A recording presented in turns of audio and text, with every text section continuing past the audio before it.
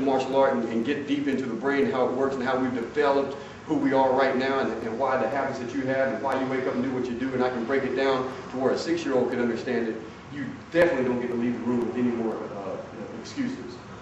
And it's how you're being programmed and conditioned every second of the day. It's up to you to decide what's going to be programmed and conditioned in there. So when you get with negative friends and people who are trying to pull you away from the church, and you let them start influencing you instead of you influencing them, that's when problems start to occur. Amen. Because you have to be the change that you want to see in other people. And let's turn right that same book right there. Let's man, this is good over here. This gets me fired up as if I wasn't already. But Mark 2 says Jesus heals a paralytic. Did I say that right, Pastor Des? Yeah. Look at this now as I read it. A few days later, when Jesus again entered Capernaum, the people heard that he had come home.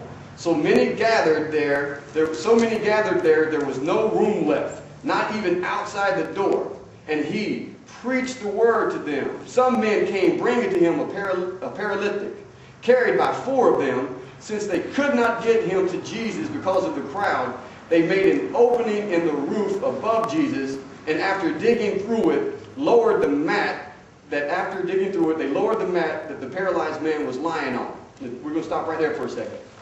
So here it is. Jesus comes back. 4 men, four friends like us right now, 4 men, and they got a buddy that's kind of just can't do the walk, paralyzed.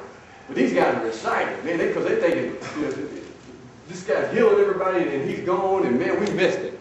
And now here it is. They hear about Jesus has came home. So these guys are fired up. Man, we'll carry you, man. You gotta get there. You gotta see this, dude. Because we're tired of carrying you. We love you, man, but we're tired of carrying you. You gotta do some things on your own. You might got some friends that you just almost tired of carrying them.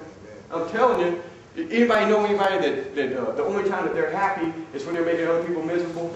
Because look around, raise your hand, because if you don't have your hand raised, that's probably you, that person. So they got this guy, and they're fired up. Jesus is back. They're like, man, but it takes them a little longer to get there because there's 4 of them, and they got this paralyzed guy on the mat, and they huffing him over there. So it takes them a little while. So by the time that they get there, the crowd is so big they can't even get to the building. Can't even get inside. They're sitting there going, no, we ain't going to miss it again. No, I'm tired of carrying this guy. I got to get some help. And that's the guy in there that can do it. That's the guy. There's a lot of people out there that need some help. This is the guy in here that can do it. Because they had to get him in there. They look at, they start climbing. They got to get on the roof. They said, look, man, we can't get it. You're going to walk through the wall. You're going to go under. You're going to dig a hole. You want something. When you want something so bad, well, it's called for this commercial interruption. One of my CDs is How Bad Do You Want It? But that I brought with me. But when you want it so bad, nothing's going to stop you. So they hook this guy up to the roof, dig through, just picking the mud, you know how they build stuff back then. The clay and the mud and the huts and the straw. And they're tearing stuff back. They dig a hole big enough and take some rope. And they lower this dude down. They said, we don't need to be in there. We kind of all right, but we got to get him first. We got to get him in there. This guy got to see Jesus. So they lower him down. They get him down. They got to get him in there. Look what's the next verse say? Look at this. This is what drives it home. Look at this.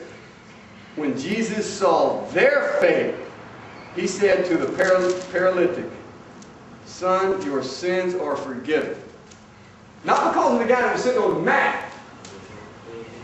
Because if he believed, he could have already got up and he could have walked. Come on, let's go. Jesus is there. Yeah. But he didn't believe it. His faith wasn't good enough. So Jesus looked at him. Jesus was into it. You see these 4 guys thinking, man, they went through all of that because they knew, because they believed so much in him. They said, man, son, because of their faith, your sins are forgiven. And then later on they said, he just so admitted it. Jesus looked at the guy and said, they ain't carrying you back. Take up your own rug and walk home. But you're the rope for those people. Like my wife said, is you can't distance yourself from these negative people, these people that are bad influences. You can only be the light to shine in them. Get them into here. Get them into this. Because a lot of times guys won't, or just people, individuals, but most of the time it's the men. Come on, let's be real, right? A woman that comes to church is way before a man will. Kids that even stumble in here smelling food before a man will. Right? But it's, I ain't going to do it. I don't need no help. y'all need help, go ahead and help somebody there. It's in this order. This is when you get yourself, here's how people get in trouble, when they get this out of order. God, family, others, and then themselves. God, family, others, and then themselves. Got to put God first, then your family. And I got into some trouble with putting other people first. You know, because I thought the family would take it hard. Yeah, they understand. You got to do the family first, others, and then yourself. When you start thinking about yourself and your needs and your emotions, and that's it, that's when things start getting ugly. That's when things start getting ugly. Anytime you're faced with a confrontation or a decision to make, you ask yourself, let me put it in order. Boom, boom, boom, boom. And then you last. That's it. Your life is a servant.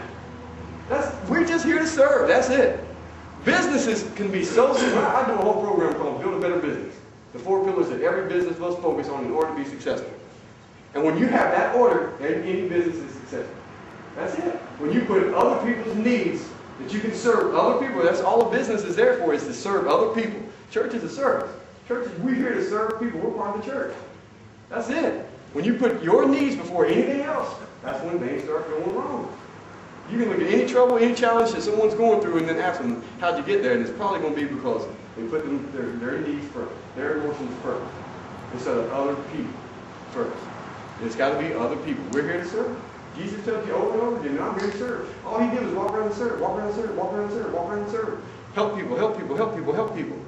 Help people, help people. And you see a great bit of most of the businesses that thrive is because they're helping more people. And as they're helping them, they get blessed because the guy's giving them something in return. Most of the time it's money. Sometimes they borrow it or something. You know, but the more people you can, Zig Ziglar says, great. You can have anything in this life that you want as long as you help enough other people get what they want. And the other stuff's going to come to you. That's it. You going to break that for me? Huh? Don't break. We got a board, we're going to break. Come on, man. I believe you